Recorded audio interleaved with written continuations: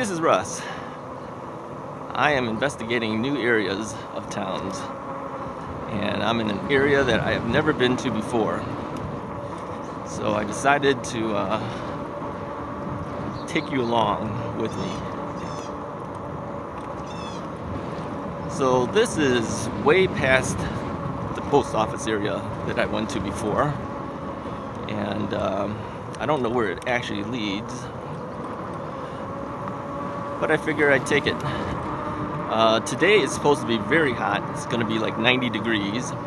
So I got up early and I watered the lawn and decided to jump on the bike and come on out. So time right now is about 7:30 a.m. It's kind of overcast right now. It's in the low 70s. So today is Friday. I don't know when you're going to get to see this. You'll probably see this either Tuesday or Thursday of next week. But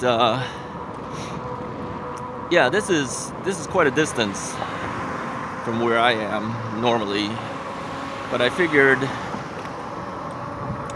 we might as well give it a shot, see where we are.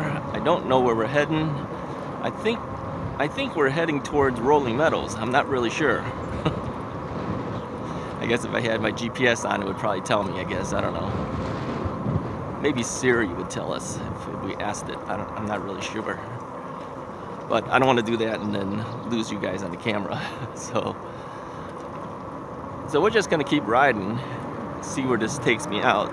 Now, I will keep an eye on my actual mileage of things. Let's see, where am I at? I'm at 490 miles right now on my bike. So, oops, sorry. That's probably loud for you. I hit the microphone there. I had a bug that flew up right into my visor of my helmet. We're going to break 500 miles with this ride. So all we need is another 10 more and we're at 500. So that's pretty good.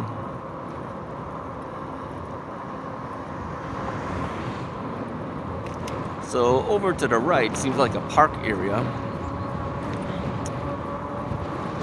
You know, I always wonder how much you can see on the left and the right. This is not an ultra wide angle lens. I mean, it's a wide angle lens on the camera, but you know, it's not like a GoPro, which goes extremely wide.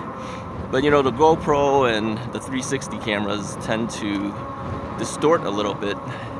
I've never really gotten used to that. I'd rather use a standard wide angle so you don't see that distortion on the far edges.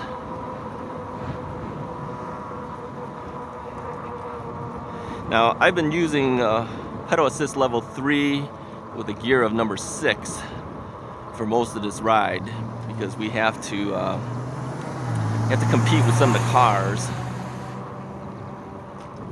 And we are clear to go, so I'm going to pass this thing here. We have to compete with some of the cars sometimes when we're on the road. Now, you may have noticed that I'm taking streets a lot more now. And that's only because doing the forest preserves are nice, but after a while you do it over and over and over, you want a little bit of variety. And one of the things that I always liked about being on a bike is the freedom that you feel. You just feel like you're outdoors and nothing's surrounding you. You know, when you're in a car, you still don't feel like you're out in the open, right?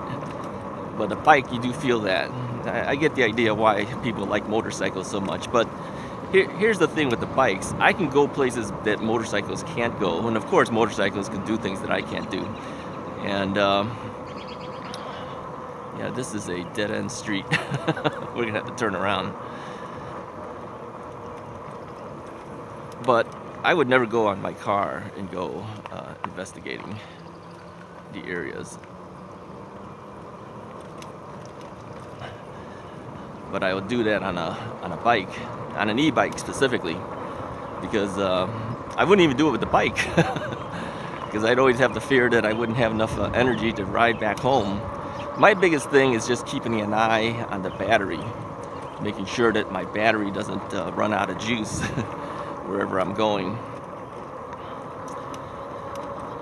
And my sense of direction is terrible. I mean, I could be turning places and all of a sudden I have no idea where I'm going. Now I could try the angle of the sun trick. My dad used to do that all the time. I'll tell you a trick of how he did it, but it's an overcast day right now, so you can't even tell where the sun is. All right, let's see. Yeah, that thing said no outlet. Of course, I never noticed these things until later.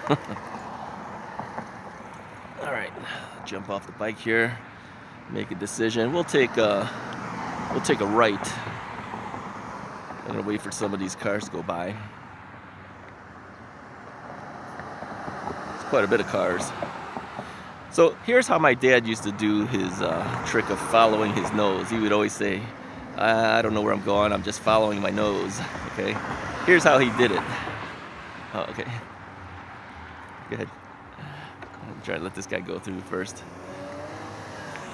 Here's how he did it. He said he would look not at the sun, he'd look at the shadows from the cars. Ah, that's pretty smart, right? So what he'd do is he'd look at the shadow of the cars, and wherever the shadow fell, he knew what angle the sun was. And then he could kind of tell based on the time of the day whether he was going east or west or north or south. Now, I never learned this trick from him until I was, I don't know, maybe 30 or 40 years old. And he told me that was his trick. He would always just look at the shadows on the bottom of the cars and he'd know where he's headed. That's pretty smart. These are things that your parents know that you don't know, right? Things that you should probably know, but again, it never occurred to me to do that. So that's how he did it. So he would never get lost because as long as he kind of had a rough idea of where he might be, he could kind of figure out where he was headed.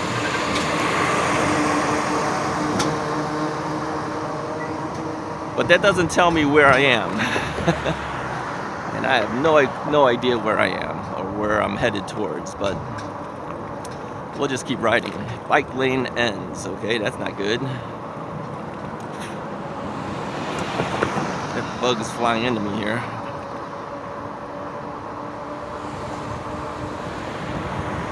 And it says bike route, but again, we need to stay on this lane because we're not turning right or left. Okay, I don't know how far forward we are, but let's just keep going.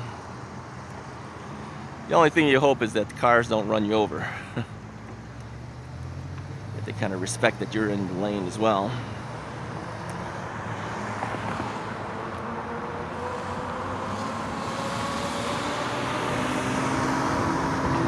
So yeah, I'm getting a little braver being out on the streets, but I am also aware of the streets. I'm trying my best not to get killed out here, but I want to take you guys further. Now, as I mentioned before, my biggest issue is battery. If I run out of battery, then I can't go to the places I would like to go. One day, I would like to afford another battery, but I did some research and I found that if I go to a third-party battery company, I'll show you a picture of what I'm talking about here. It's like a triangle battery that fits in the triangle of your bike on the frame. Do a couple of connectors. You could actually connect up that battery as well as your current battery. You'd have two batteries with you. The cost of this battery is a lot less expensive than the one that comes with the bike. The one with the bike is $550. You add sales tax to that and you're about $600, over $600 actually. But if you buy something like this, you're talking about maybe around $350 plus sales tax. Okay, what would that be, about $385-ish, something like that? That's not too bad. And it's actually a larger range out of it, because I think the battery that comes with the bike is about 14 milliamp hours, whereas these triangle batteries can do like 20. And if you were willing to go to a higher voltage, these are 48 volt batteries. If you were willing to go to 52, you'd go even faster. But I'm not interested in speed, I'm just interested in range. And if you go with the 52 volt, you have a chance of burning out your motor. Because I don't think the motors that we have on these bikes were designed for a 52. They're designed for a 48. So I would get the 48 version and get the 20 amp hour. So you get a longer range and you'd have a lower price. Of course, it doesn't look as nice. It's not like integrated into the system, but it works. I've been watching a couple of YouTube channels, and one guy, Stan the Reservoir Rat, is what he's called. He has this battery, and it seems to work fine for him. So I think that's the route I would go if I ever got a second battery. I don't think I would buy the one directly from Rad Power Bikes, only because of the cost, and the range is actually less. So, all right, where are we here? Oh, okay, I know where we are here. Cool. Let's take this road.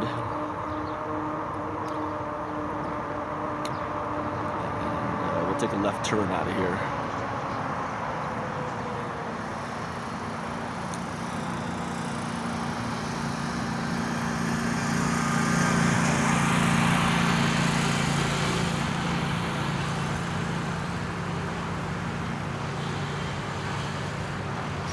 Yeah, right above us is the highway. Yeah, we're not going to do that. We don't do highways. We're not allowed.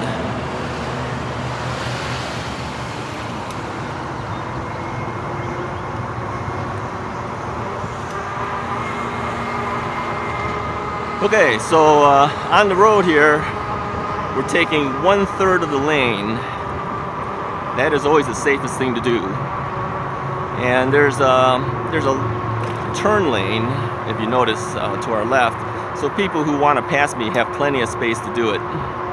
There's no reason for them not to be able to do it.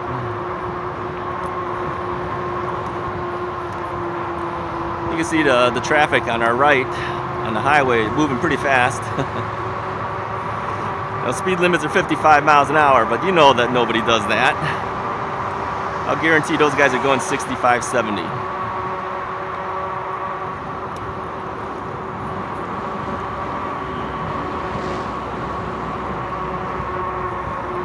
So yeah, I've been throttling a lot as well as pedaling, a little of both.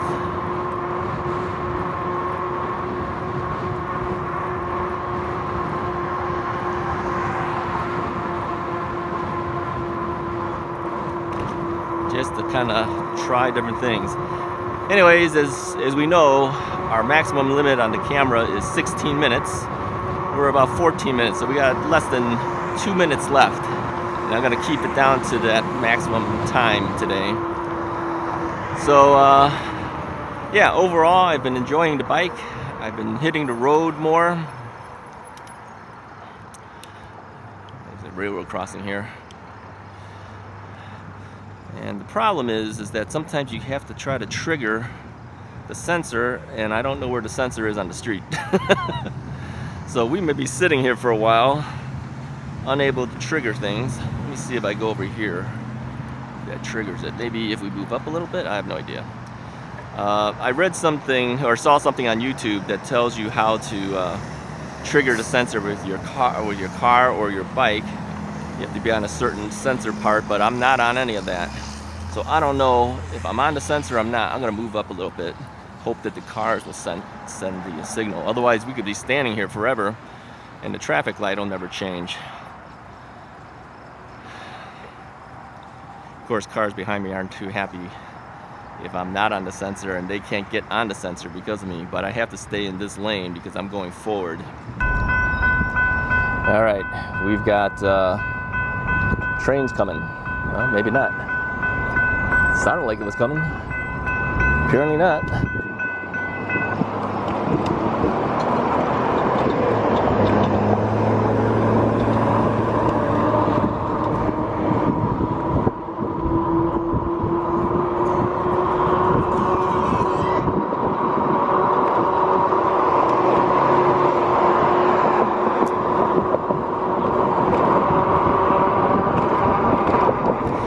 Anyways, we're about ready to run out of camera, so I'm going to say maybe byes. I appreciate you guys coming along with me on this ride, exploring new areas. If you like the video, go ahead and hit the like button, hit the subscribe button, and I'll talk to you guys next time.